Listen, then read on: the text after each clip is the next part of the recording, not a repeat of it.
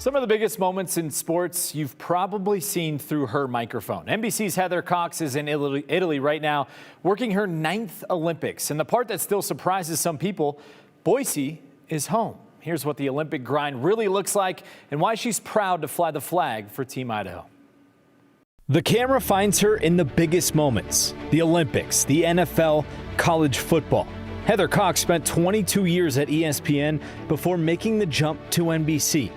But the reset, the place she recharges, has been Boise for more than 2 decades. You know, every week I would fly home and like on an early Sunday morning flight and come in over that river and, you know, be able to like just see Boise and all its beauty. It sort of was like a reset every time after being like grinding, and then just to get to come home and just enjoy the people and how beautiful Boise is and everything about it. Right now, that reset is a world away. She's out in Italy 15 days in a row, and this job doesn't come with a day off. It's wake up, prep, live, repeat.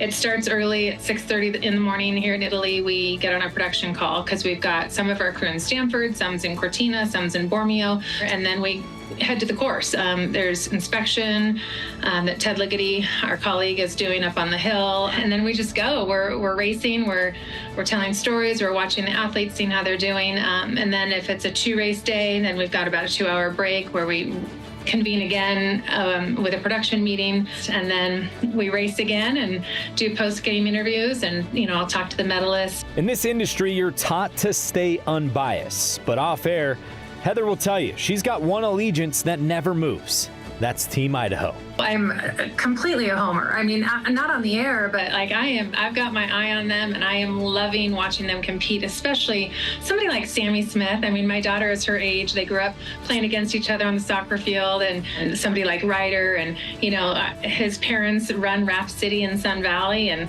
I've been there and seen his mom and covered events that Ryder has been skiing and that his parents couldn't go to because they were so busy with work. Breezy Johnson. I mean, you can just go on, and I'm working with Peekaboo Street, so there's just so many great Idaho ties and awesome people, and really fun to watch their success. Even on the world's biggest stage, home still travels with her. And after 9 Olympics, I wanted to know, when did it first hit? Her welcome to the Olympics moment. The things that stand out to me is calling Misty May and Carrie Walsh-Jennings 3 consecutive gold medals. For me, as a volleyball player, getting to call them in Athens and Beijing and London, that was definitely an aha moment for me. And again, just filled with gratitude and the opportunity to tell their story. That welcome is why she's still so passionate 9 Olympics in. The moments never get small.